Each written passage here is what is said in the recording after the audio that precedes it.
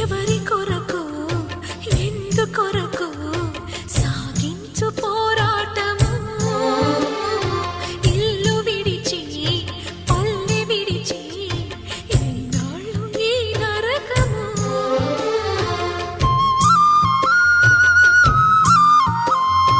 గుండెలో బాధలను దాచుకోవాలి